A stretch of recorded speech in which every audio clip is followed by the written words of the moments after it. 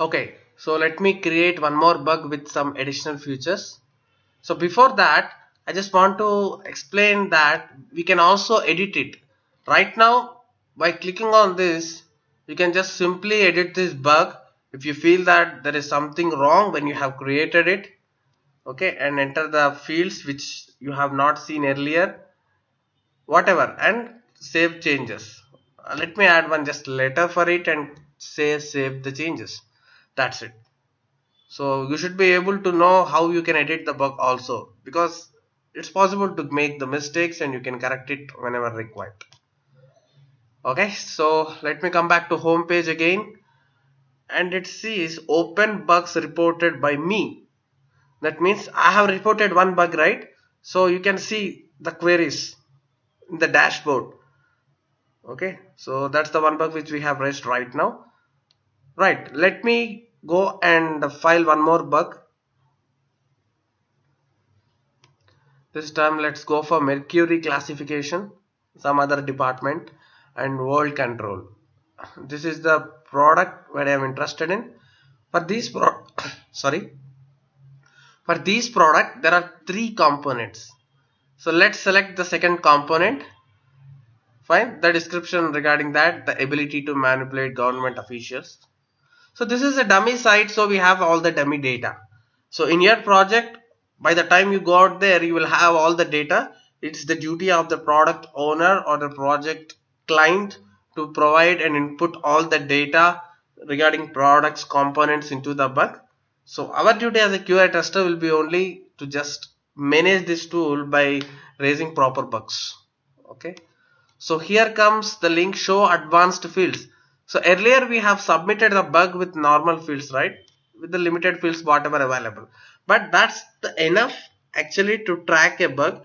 But sometimes you might be interested, or the developer might be interested to know the more information about the bug. In that case, you can click on show additional fields, which will open you some more stuff. Okay, so let me go and check here. Assignee, for whom you want to assign this defect. Okay, so earlier you just raised it. The developers will look into it and pick it out, which they are, I mean, their particular department developer will pick it. But here in the advanced field, I am specifically targeting this assigner so that he will be, I mean, informed and notified about this bug. He will get a mail saying, hey, someone, the X person has raised, the Rahul got raised a defect for you, and this is the defect information. So if you know that who is the responsible developer for this particular bug, you can go ahead and raise that. And if they have any additional doubts, if the developer have any doubts, you can mention the QA contact responsible for this so that they can reach out to him. You can see the Rahul right now. I don't think you will see my email ID here. No, whatever, just let's go ahead and select. Okay, why to select? Let's leave it. And CC, if you want to put anyone in a manager, so that also you can provide. And here the deadline, if you have any targeting dates by which you have to finish off this bug fixing, so that you have to test and release it, you can go ahead and fix that bug. And you can provide the URL of that particular link wherever you are facing this problem. Okay, so some more additional information, all these are self-explanatory. Okay, you can go ahead and see.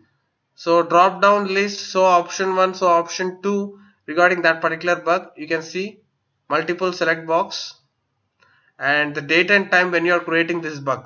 I have told you, right, timestamp. If you clearly mention exactly at what particular moment you got this bug, so that developer will go and open the logs and see what happened at that particular moment. For example, if he is not able to reproduce the bug, and as a tester you got the bug, and if you mention at what time you got this, he will go and open the logs at that particular time and see how the application behaved, so that he'll get an idea to fix it. And the bug ID field, where you will ID will get generated here once you raise the defect. And again summary description, which you have already seen. Okay, and if you want to give any keywords, which actually, because in some cases keywords will help us to tag the defect. So this keyword is something related to credit card. So tomorrow if someone searches for a defect, there might be hundreds of defects in Bugzilla. If I want to search the defect, if you give targeting keyword, so that if someone go and searches with credit card keyword, this bug will display under that keyword list. Okay, and it depends upon, this is not required. If you have any blocks, you can mention the reason, how much impact this bug is causing the application. That description you can mention here, right? So that's all. See, this is an additional information which you are interested in, but it's up to you if you want to give those. But in general, the normal information which we have seen in the last lecture is enough. If not, you can go ahead and provide this information. Okay, that's it.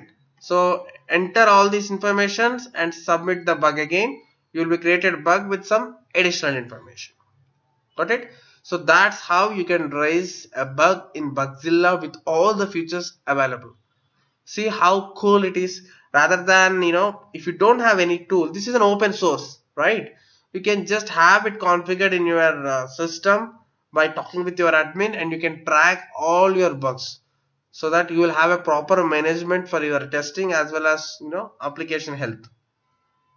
So that's pretty much about creating a bug in Bugzilla. We'll see what other cool features this tool provides for us to track and search for the bugs. Okay, we'll see in our next lectures. Thank you.